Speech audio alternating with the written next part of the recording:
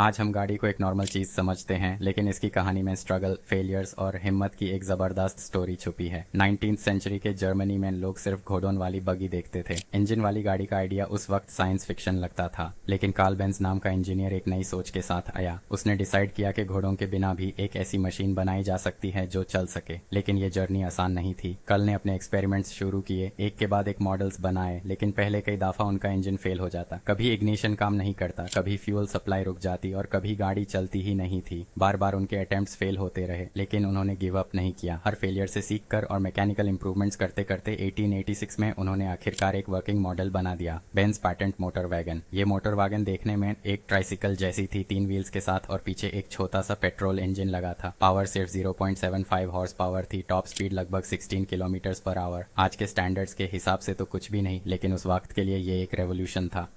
लोग इस गाड़ी को देखकर शॉक हो गए। कुछ लोग मजाक बनाते थे, कुछ डरते थे।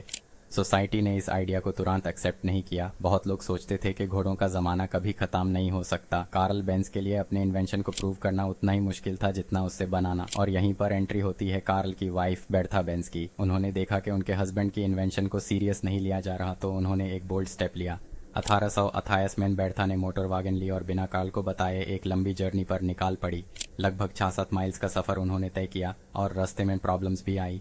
फ्यूल खत्म हो गया तो एक लोकल फार्मेसी से पेट्रोल लिया, ब्रेक्स खराब हो गए तो कॉबलर के पास रिपेयर करवाया, और छोटी मोटी मैकेनिकल फिक्सेस उन्होंने खुद हैंडल की। ये हिस्ट्री का पहला लॉन्ग डिस्टेंस रोड ट्रिप था, और इस डेयरिंग एक्सपेरिमेंट ने साबित कर दिया कि कार्ल बेंज की कार सिर्फ एक टॉय नहीं बल्कि एक प्रैक्टिकल इन्वेंशन है। आज हम मर्सिडीज बेंज को एक लग्जरी और इनोवेशन का सिंबल समझते हैं, लेकिन उसकी कहानी शुरू होती है कार्ल बेंज के रिपीटेड फेलियर्स से और बर्था बेंज की हिम्मत से। अगर वो फेलियर्स ना होते तो इम्प्रूवमेंट्स ना होते, और अगर बर्था ने वो रोड ट्रिप ना किया होता तो शायद दुनिया को गाड़ी पर यकीन ही ना आता। इस कहानी से एक सिंपल लेसन निकालता है, फेलियर एंड नहीं होता बल्कि एक स्टेप होता है सक्सेस की तरफ। कार्ल बेंज की स्ट्रगल और बर्था बेंज की डेयरिंग ड्राइव हमें ये दिखाती है कि हिस्ट्री बनाने के लिए इन्वेंशन के साथ साथ हिम्मत भी जरूरी है। और इसी वजह से हम कह सकते हैं कि दुनिया की पहली कार सिर्फ एक मशीन नहीं थी, ये एक रेवोल्यूशन थी जो फेलियर्स के ऊपर खड़ी हुई थी।